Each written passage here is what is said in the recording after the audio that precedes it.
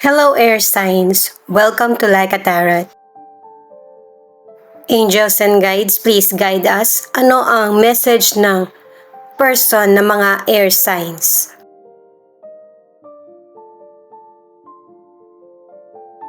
Dahil sa connected ka sa person mo, ikaw na lang bahalang tumukoy.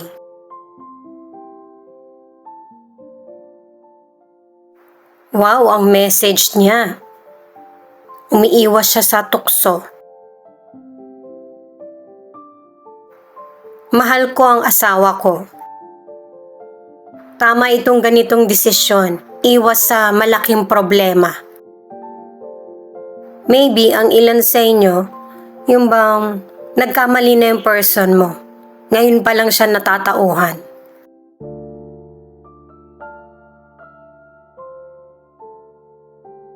Ayun, malayo pala kayo. LDR, long distance relationship. Pero syempre guys, hindi naman kailangan dagat pa yung pagitan. Maybe nilayuan mo na talaga yung person mo.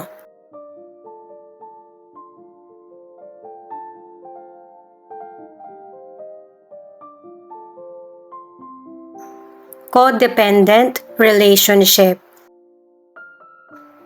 Ibig sabihin, may person na talagang nagbibigay pagmamahal o kaya suporta, pero yung isa tumatanggap lang. At saka ang isang meaning pa niyan, ikaw yung nagsusorry kahit hindi mo namang kasalanan. Walang katulad ang relasyon natin. Ay syempre. Swerte mo na nga kasi inaasikaso ka. At saka pinapahalagahan ka. Mahirap makahanap ng ganong person. Ingatan mo siya. Mukhang nawalan ng pag-asa agad yung person. Maybe ang ilan sa inyo meron ka ng bagong karelasyon. Ngayon naman guys, alamin natin kung ano ang message ng mystical cards at tarot cards para sa mga air signs. Para sa mga bagong viewers, ang reading na ito ay timeless reading, general reading at guide po lamang. Hindi po magre-resonate sa lahat kaya kunin mo lang yung akma sa sitwasyon mo. At kung kailan mo napanood ang reading na ito, yon ang start ng 1 week reading para sa iyo. Ikaw na bahala magpalit kung si person mo ito o ikaw. Angels and guides, please guide us. Ano ang reading para sa mga air signs?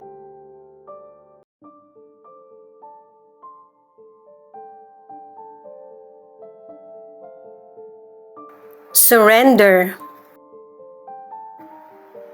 Ang ibig sabihin nito, hindi mo kailangan kontrolin yung buhay mo para sa ikaka-happy ng iba.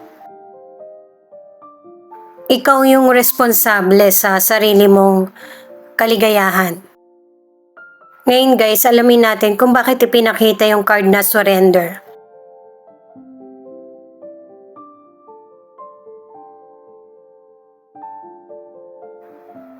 Ayun, ay tatlo na to.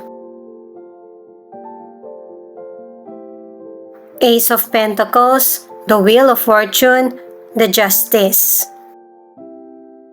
Ang ibig sabihin nito guys ay magkakaroon na ng katuparan lahat ng pangarap mo. Kumbaga mababaliktad na yung sitwasyon.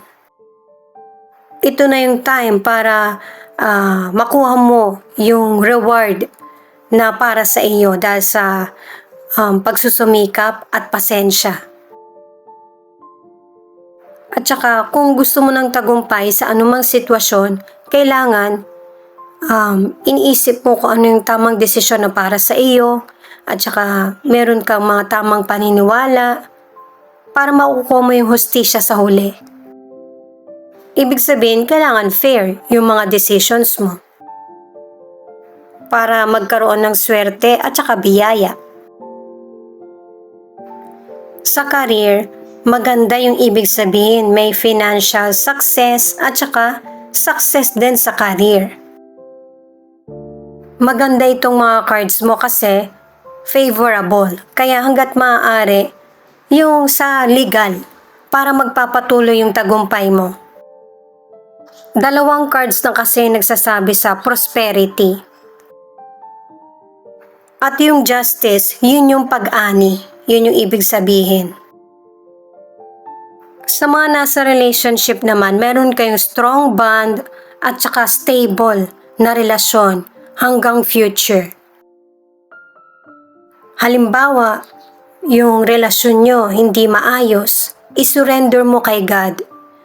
Sundin mo kung ano yung pagbabagong mangyayari or kailangan baguhin. Ay ito na yung mystical card mo. Needs.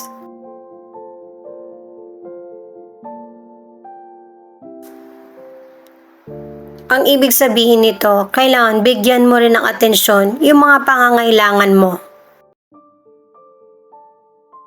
Para makaiwas ka naman sa stressful na sitwasyon. Ituloy ko lang guys para sa mga nasa relationship kung paalala itong mga cards na kung may problem, kailangan hanapan nyo ng solusyon ng person mo. At syempre, dapat pareho kayo magbe-benefit. Para sa ilang single, meron ka ng stable na career at saka income. Siguro ito naman yung time na bigyan mo naman ng atensyon ang sarili mo. Kasi ang ilang single, merong pagbabago mangyayari sa buhay mo. Pwedeng next chapter or new relationship. Single ka man or nasa relationship, ang advice ng mga cards, yung mga katotohanan ay makakatulong sa buhay mo para magkaroon ng clarity at saka magkaroon ng tamang desisyon. Ito naman yung mga cards mo para sa needs. 6 of Wands in reverse, 8 of Wands, at 9 of Cups. Sa mga cards na ito, ipinapakita na feeling mo masyadong delay yung mga tagumpay na gusto mong makamit. Pero ipinapaalam ng mga cards na pagsubok ito. Yung bang tinetesting ni God, yung liksi mo at saka abilidad, kung paano mo i-handle yung mga hadlang sa buhay. Pero kahit na may mga delay na nangyayari sa buhay mo or problems, dalawang cards naman yung nagsasabi na magkakaroon ng satisfaction at saka happiness. Matutupad yung mga pinapangarap mo. Kaya ipagpatuloy na magpursige para makamit mo yung dreams mo. Sa financial, ang advice ng mga cards, kung hindi ka sure sa mga gagawin mo, mag-step back ka muna. Pag-isipan na para tama yung judgment mo at saka kaalaman. Lalo na't dalawang cards yung nagsasabi na may magandang pagkakataon na darating sa'yo patungkol sa financial, na merong prosperity. Single ka man or nasa relationship, merong person na hindi pa rin makalet go sa past person. Basahin muna natin ito guys. Friend. Na ang ibig sabihin, bigyan mo rin ng importansya yung sarili mo. Katulad ng pagpapahalaga mo sa kapwa. Ituloy ko lang sa single or nasa relationship. Yung cause ng delay sa buhay mo ay base na rin sa mga decisions mo. Mag-focus sa present para sa ikakaganda ng future mo. Single ka man or nasa relationship, pare-pareho yung sinasabi ng mga cards na mayroong good news at saka prosperity na darating sa buhay mo.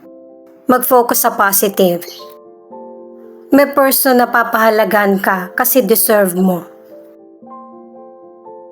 Lahat ito nakabaliktad, 9 of Pentacles, Knight of Pentacles at the Moon. Ipinapaliwanag ng mga cards na kaya nagkakaroon ng delay dahil na rin hindi mo sinusuri talaga kung ano ba talaga yung goal mo sa buhay at saka pamamaraan kung paano mo makakamit yung long-term na goal at saka prosperity. Ang advice ng mga cards ay 3 cards na yung nagsasabi na huwag magpa-stuck sa anumang sitwasyon. Kailangan mong umaksyon at saka magkaroon ng clarity. At saka nasasayang yung mga pagkakataon na nakalaan para sa iyo. Kaya mas mag-focus ka sa ikakabuti mo. At saka kapag naging successful ka, marami kang matutulungan at saka maraming re-respeto sa iyo. Sa health, ang advice ng mga cards na ito ay i-maintain na alagaan yung kalusugan at saka happiness. Sa health, kailangan ng patience at saka hard work para mapapanatili mo yung healthy na kalusugan. At saka, huwag mag-isip sa mga wala namang ebidensya na totoo yung naririnig mo or hindi nakikita. Makakaapekto lang to sa mental at physical health mo. Sa mga single, ang advice ng mga cards, kilalanin mong maigi yung potential person kasi may makakarelasyon ka na financial lang ang habol. At saka pare-pareho itong cards na sinasabi na ipinapakita na ng universe, binibigyan ka na ng sign na hindi talaga akma sa'yo yung person. Ang ilan na nasa relationship, isa sa inyo ng person mo ang magastos pero ginagastos sa hindi naman importante or ibang tao. Ang ilan sa inyo matagal na talagang may problem ang relasyon at magkakaroon ng realization sa iyo. Katulad nitong 10 of Wands na ang ibig sabihin sa sobrang daming responsibilidad or problem, stress, ay pagod ka na. Kaya ready ka na i-priority naman yung sarili mo. Pipiliin mo na mas magkaroon ng pahinga yung buhay mo.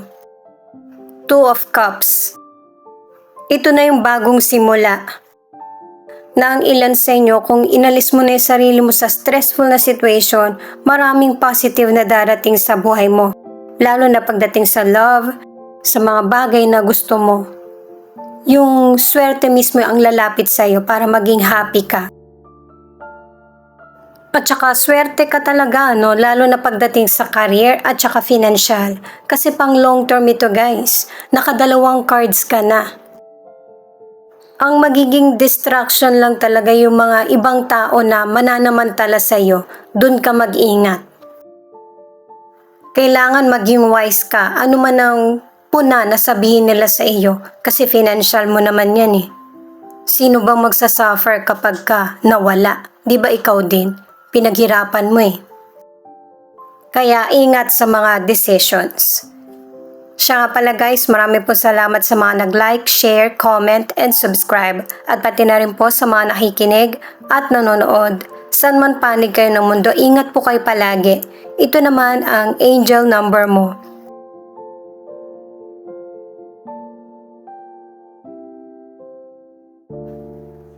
333. This number is an assurance that your call for help has been heard.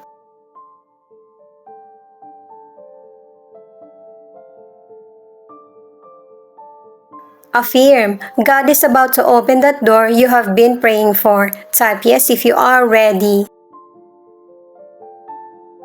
555. The universe is saying to you today, it's time to get excited again. I'm going to surprise you. Unexpected blessings are coming your way.